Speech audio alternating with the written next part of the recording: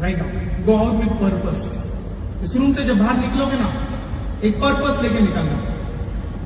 Unfortunately दुनिया में ना लाखों करोड़ों लोग जिंदगी जी लेते बिना पर्पस की। मैं बहुत नसीबवान हूं इस कंपनी में मुझे मिला है, बिकॉज आज अगर मेरे को कोई पूछे ना why you do Herbalife, I tell them it's my purpose of my life. And आप में से हर एक सुपरवाइजर वर्ल्ड टीम, आपका भी वही पर्पस हो सकता है जो एक प्रेसिडेंट टीम का हो सकता है। And you know what is that purpose? Right now changing people's life. Mark huge ने आपको और हमें एक ऐसा काम दिया है जहां पे हम लोगों की जिंदगी बदल सकते हैं। हम लोगों की जिंदगी बदल सकते हैं बॉस।